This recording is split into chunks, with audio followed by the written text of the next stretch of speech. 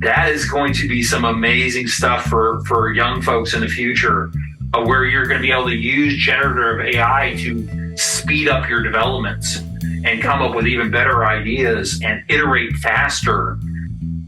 Instead of it taking 2 to 3 to 5 years to come up with a robot to get it out there into the real world, we're going to cut that time down very fast using these kind of tools. And that's what they are. They are tools.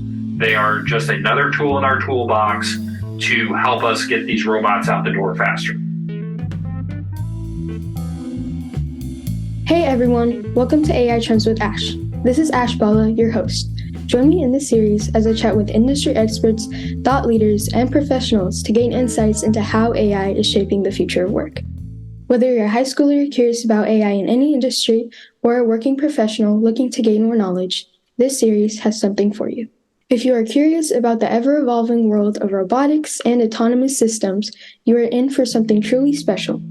In today's episode, I'm super thrilled and excited to have on the show Aaron Prather, the Director of Robotics and Autonomous Systems Program at ASTM International, a globally recognized leader in the development and delivery of voluntary consensus standards.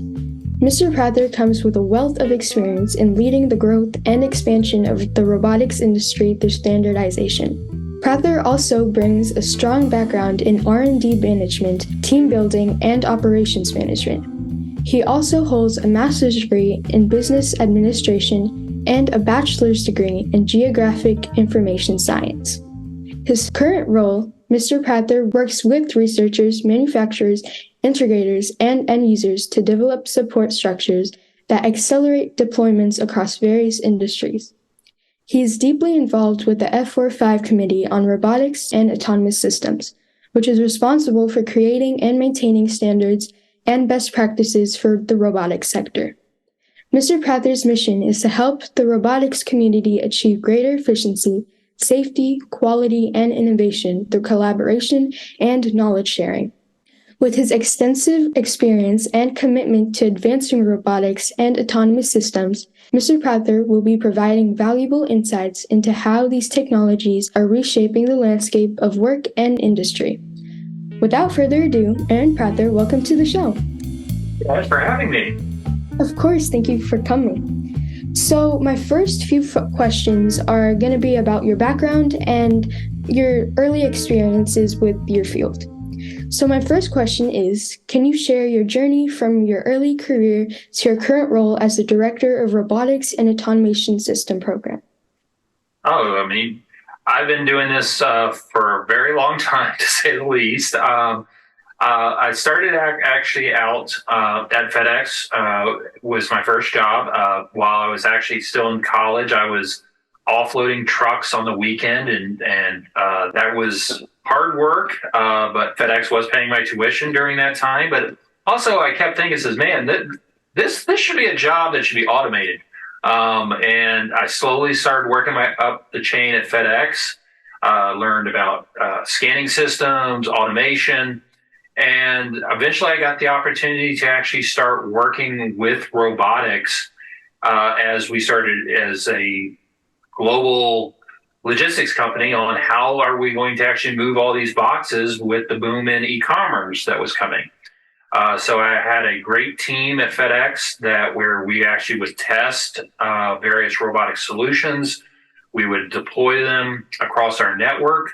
So we got really good at learning what robots worked in our environments, which ones did not. And then when I got the opportunity from ASTM reached out to me saying, hey, you've been doing all this great work over at FedEx doing testing and R&D work. You want to do that on a grander scale and work with as many robots across numerous industries. And I'm like, that's exactly what I want to do. So I made the jump over here to ASTM International, where now I look at every type of robot and autonomous system that's out there. And it is very rewarding work, but it's also very challenging because you're trying to figure out how will these robots work in certain environments, and are they really ready to be doing that work? And sometimes the answer is yes, and sometimes the answer is no. Yeah, I really like that response. And I also admire how you said that you did a lot of like trial and error with robots. And it's really interesting to see how much AI and robots are developing and how much trial and error it needs to actually achieve something.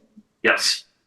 Yeah. There is no straight line to some of these answers. You are going to go down some very interesting rabbit holes, but it's always rewarding because even if you don't learn, if you even if you don't get the results that you want, you've learned something that now you can file away, and who knows, that knowledge might come back very quickly. Yeah, of course. So basically, as a follow-up question, what inspired you to focus on robotics and autonomous systems? I mean, I guess it's just being a child that grew up with Star Wars and Star Trek, and just that was always the cool thing you wanted to do. I have numerous photos of me and my brother dressing up as C3PO and R2D2. Oddly, I was always C3PO for some odd reason, but uh, it is just this is the future. This is the kinds of things that we've always wanted to work on. And I know that for Ash, your generation, you're seeing all this amazing stuff too. And I know a lot of folks are starting to think, I want to be part of that. And it is a great time. I wish I was as young as all of you are with all this that's happening now. It's an amazing time to be alive, and it's just growing up as a Star Wars kid. This is the stuff you wanted to see, and now it's here, and we're getting to work on it. And it's just going to be amazing to see where your generation really takes this to the next level, and that's what I'm really looking forward to seeing. Yeah, me too. And that's why I basically made this podcast is because AI is really like fast evolving at this point in time right now.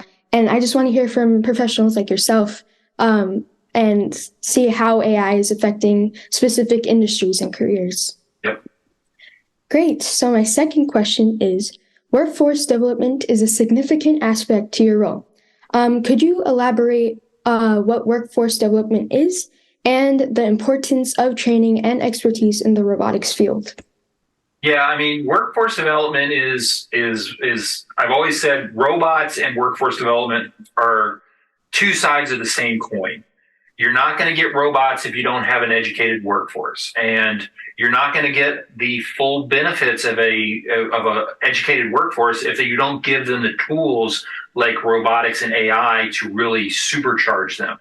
So we are in this new realm of where there's a lot of efforts underway to retrain folks in some of these new technologies.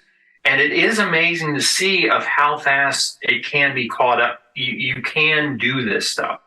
As you mentioned in your lead up and where I came from, you didn't mention I have a degree in robotics. I don't. I have a degree in geographic information systems and business administration.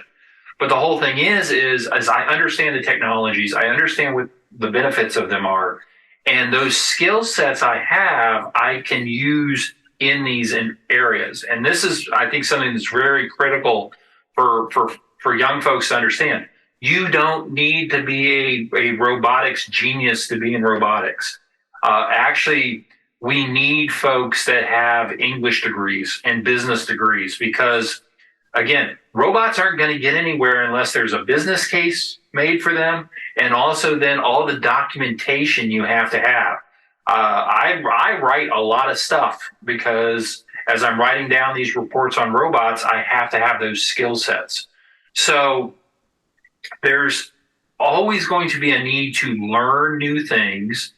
I will stress that with young folks as much as I can. The moment you get a piece of paper, be it your high school degree or your college degree, does not mean you are done learning. You always need to keep learning about new things and staying ahead of the curve so you can utilize these technologies that come up. There are going to be technologies that are going to be created down the road that we can't even fathom. But our skills that we develop now and we grow now are going to be critical. And I just don't know where we're going, but if you have that mindset that you always need to be improving, always learn, you will go very far and you'll stay ahead of these technologies. Yes, I completely agree. And I also like how you mentioned that people don't have to be necessarily good at just robotics. Because a lot of people think that, oh, I'm not good at coding or I'm not good at like robotics things, that they can't go into that field. But it's also important to realize that AI and robotics and all those industries are getting very high and evolving. So it's important to be ahead of the curve, like you said. Yes. Perfect. So my third question is you're involved in the F45 Committee on Robotics, Automation, and Autonomous Systems. So could you explain the role of this committee and how it contributes to shaping industry standards and best practices? So the F45 committee is one of our committees here at ASTM International. We run several committees across numerous industries. F45 is very focused on just robotics, automation, and autonomous systems. And that's still pretty broad, but they very much have broken it down into, right now, they're focused on 6 areas, mostly on navigation, object detection, and legged mobility. So that's their focus on the mobile side of robotics. So making sure your robot can navigate properly, it can detect things and not run into them. And then for these new legged robots like Spot and some of the humanoid robots, legs are a very interesting type of locomotion. So how do you test those type of robots that instead of having wheels to navigate through an area, they're actually using legs? So they're working on some of those type of tests and performance. The other area they're focused on is communication, of how is your robot getting instructions sent to it over a radio or a Wi-Fi signal? What happens if you lose those communications? Can your robot actually continue to do its mission by losing communication? So that's another test that they're running. And then the last area that they're focused on is manipulation and grasping. If your robot is actually having to manipulate or grab something, how do you test your robot? How strong is your robot? A lot of folks didn't realize there's not been that much work on tests of how much force does your robot actually can grasp onto something. So they're developing a test for that. How well can your robot hold on to maybe a curved item? So I'll just grab like one of these little pill things. So this is a rounded cylinder. I mean, so look how our hands sort of wrap around that. Can your robot do that? Or is your robot so rigid it can't bend its fingers because it doesn't have any? Is it still holding on to that in a proper way? And then just taking that a step further of, is your grasper on a mobile base and now your arm is literally moving around on a mobile base or on a humanoid robot? So F45 is over 100 experts. Each one of them focus on their own little areas, but they try and come up with test performance standards that other researchers or industry scientists can use to test their robot. And these standards are run through their paces. They're normally used by several different labs to make sure that they're all consistent. And then you can send your robot to one of those labs, or you can do it internally and follow the same test methodology that the F45 experts came up with to test your robot. And you can benchmark, is my robot at a certain level of performance I expect it? And you can find out where that level is. And then if you're not at that level, you can go make your changes, come back, retest your robot and see, did that improve? So these are accepted test standards where we can have consistency across the industry and everyone's doing the same test. And therefore, you know, when you say what your results are, everyone knows, well, we know what the test was. Therefore, we know when you send in your results, we understand what those results mean. So it's like why a lot of young folks are taking AP tests. Well, young people across the entire country are taking the same test. So we know when the results come back that you got a 4 or a 5, that's consistent across all the AP students of why. So that's a way to think of these test and performance standards for robots. It's consistent across everyone, so everyone can get the same test, therefore understanding the results the same way. Right, of course. And I also think it's important that to know that robotics there's a lot of factors that go into it. It's not just like one robot. There's like you said, the hands, the legs, and different robots can like do different things. So it's also important to recognize that. Yep. Thank you for the context on that. No problem. So my fourth question is, what strategies or best practices do you recommend for individuals and organizations looking to foster a culture of collaboration within the robotics community? It is so. I mean, the robotics community is not that big. It's actually a pretty small group. Now, of course, it's still tens of thousands of people, but when you look at other industries, it's still a very small group of people. So it's very critical that you network, that you really reach out, like using LinkedIn. You can go on LinkedIn, you can put in robotics, and you'll find a lot of us experts and start following us. Follow who we're following.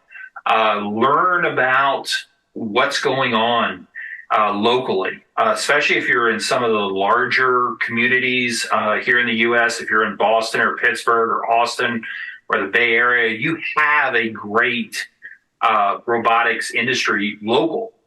Go to their events. Find out when they're meeting. There is no real age restrictions, and quite frankly, I would love to see more young folks at some of our events so they can see what a true career in robotics looks like. First and Vex do a great job of fostering how to do collaboration and teamwork. Well, that's important when you move up the chain into the industry.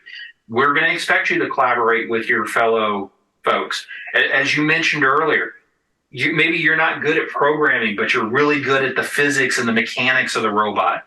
Well, you're going to need to have that programmer expert as a friend. So start building those connections, start learning what your strengths are, what you bring to the table, and what skill sets you would like to work on.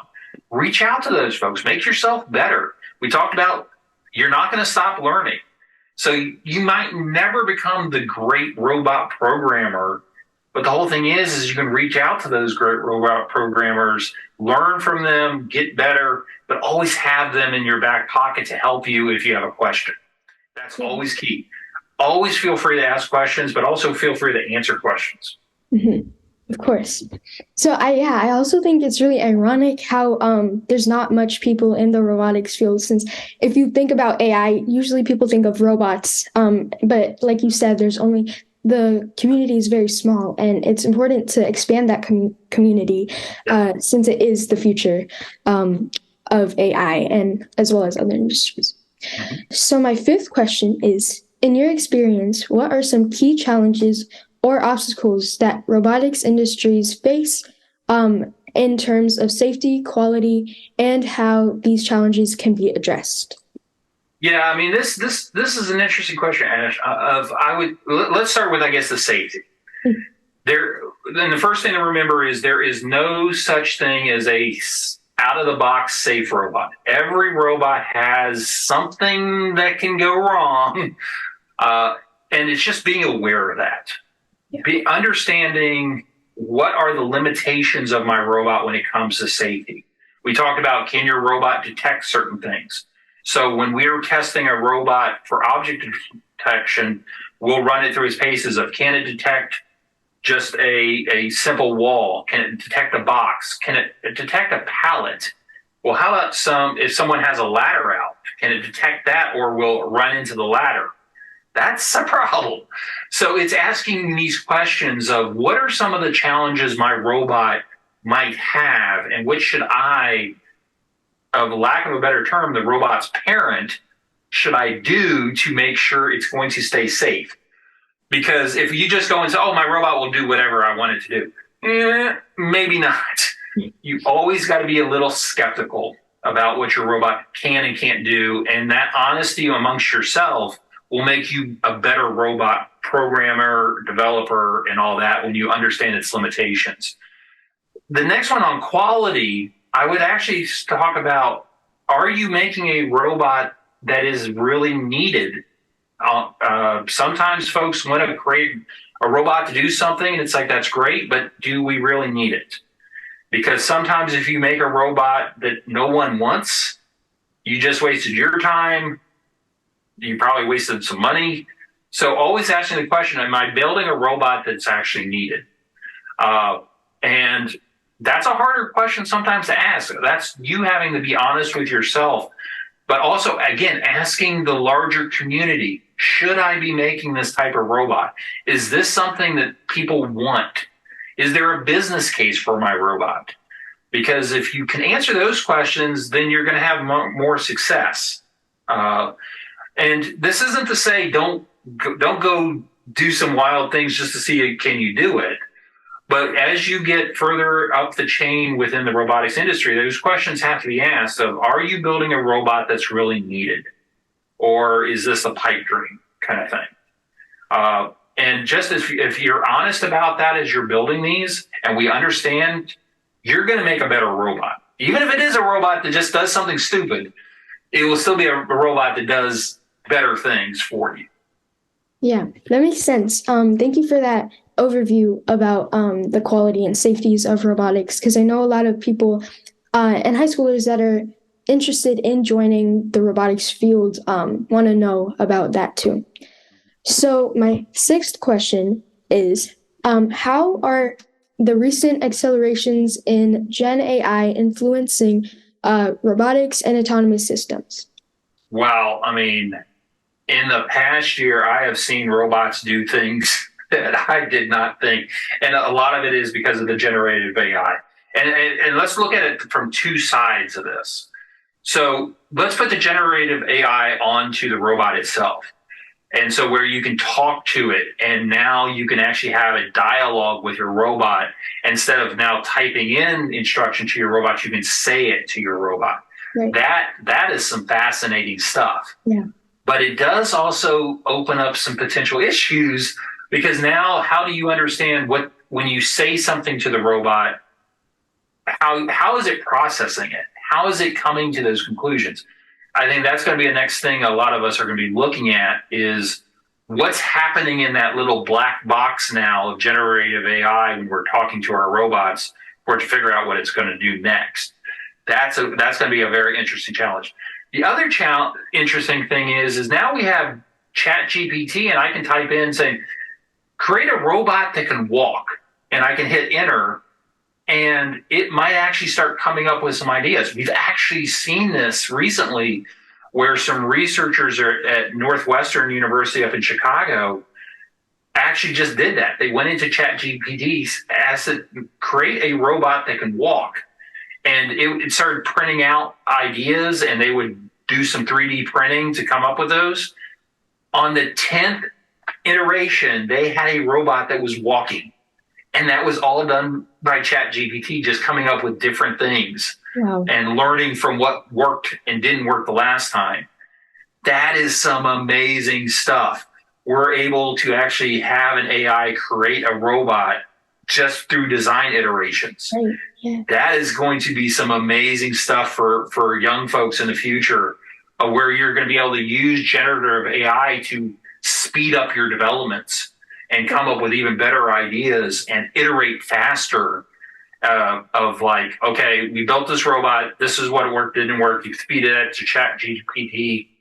It comes up with the next iteration. You try that, but it can now start doing multiple iterations of what your robot should be doing, and it's just going to speed up your deployments. And that's what we're really going to see. Is we're going to see it, instead of it taking 2 to 3 to 5 years to come up with a robot to get it out there into the real world, we're going to cut that time down very fast using these kind of tools. And that's what they are. They are tools. They are just another tool in our toolbox to help us get these robots out the door faster. Right.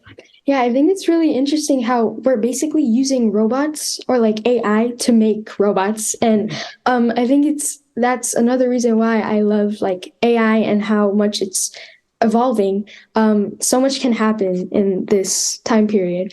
So thank you for that insight. So my seventh question is, how important is the sharing of research and development findings in advancing the field of robotics? And also, can you give an example from your experience? Yeah. I mean, it's really critical. This goes back to the community question we talked about earlier, of being part of the larger community. Right. And I will say that I've come out of a generation where you shared your successes, you shared what worked, you didn't share what went wrong. And that's changing, and that's good, because the whole thing is I think we learn more from our mistakes than we do from our successes. Now, when we publish our successes, that creates other research. I mean, it's really common if you look through any of these research papers online, you'll see at the very end of the paper all the other research that they use to come to these conclusions, where they built on the ideas of others. That is ongoing. That is how science works. That's how we advance, is we learn from those.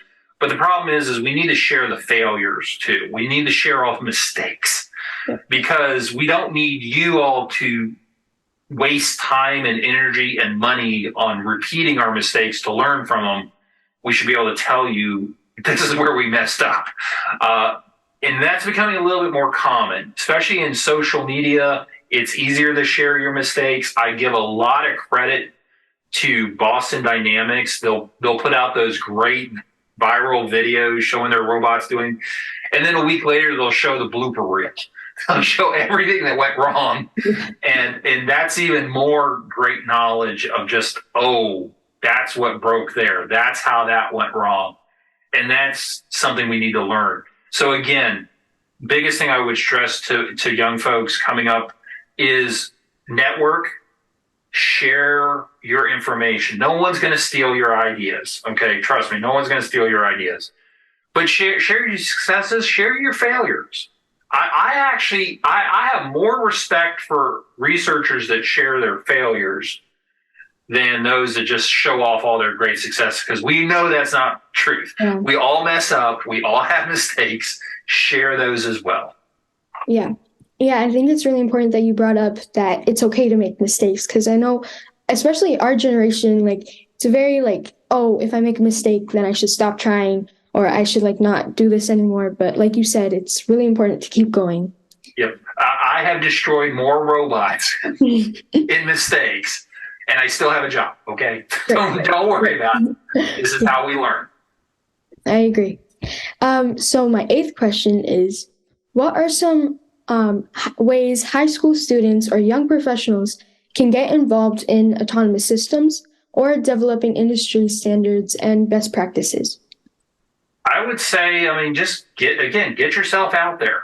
It is hard. I will openly admit, one of the challenges that an industry we've brought up around this question is, how can we get young folks onto the factory floor, actually seeing what these robots and autonomous systems are doing in factories, in warehouses, so they can actually see that. There is some age restrictions. You can't be you have to be over 18 to be on some of those, and I wish we could change that.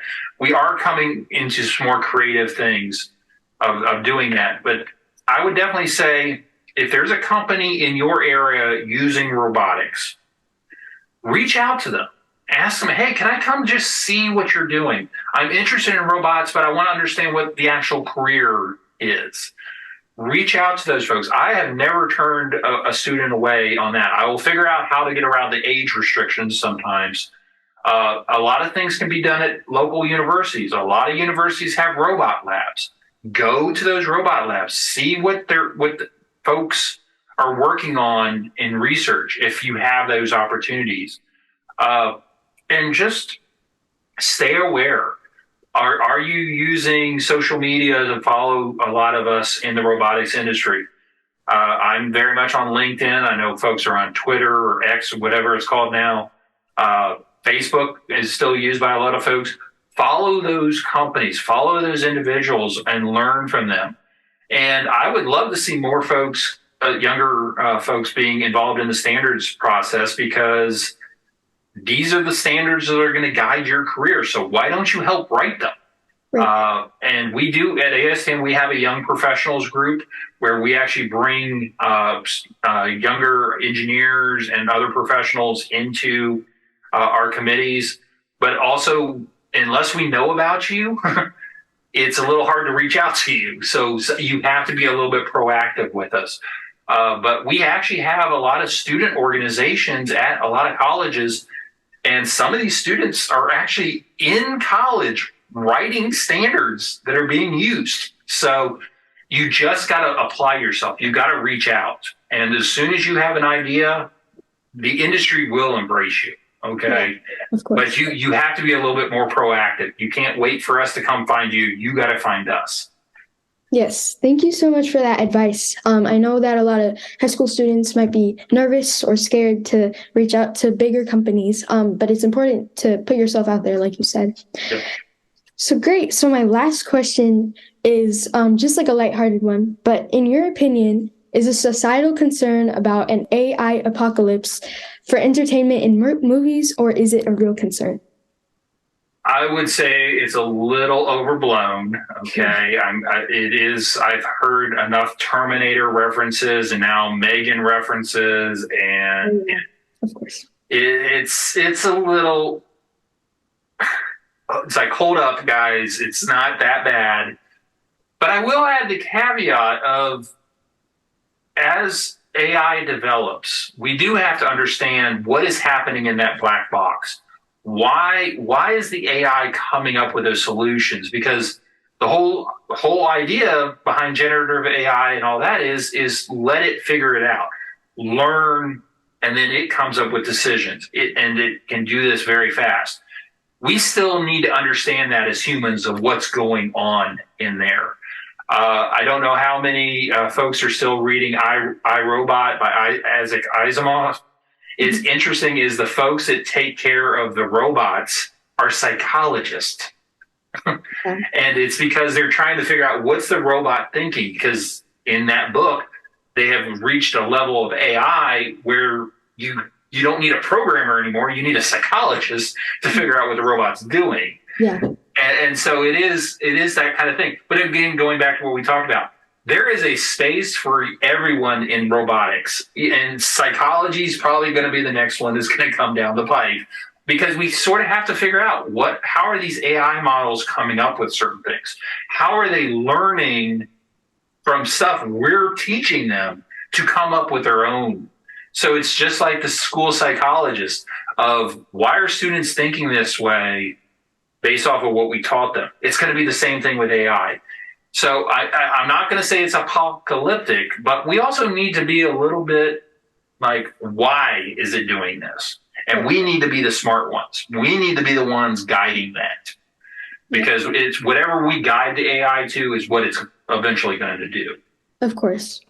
Yeah, I think it's really, like, every time I ask this question, people have different responses. So I think it's really interesting that you think that way. So that brings us to the conclusion of this episode. But basically, for a little summary of this podcast, Mr. Prather took us on a thrilling journey through the world of robotics and autonomous systems. We learned about his inspiring career path and the driving force behind his passion for this field.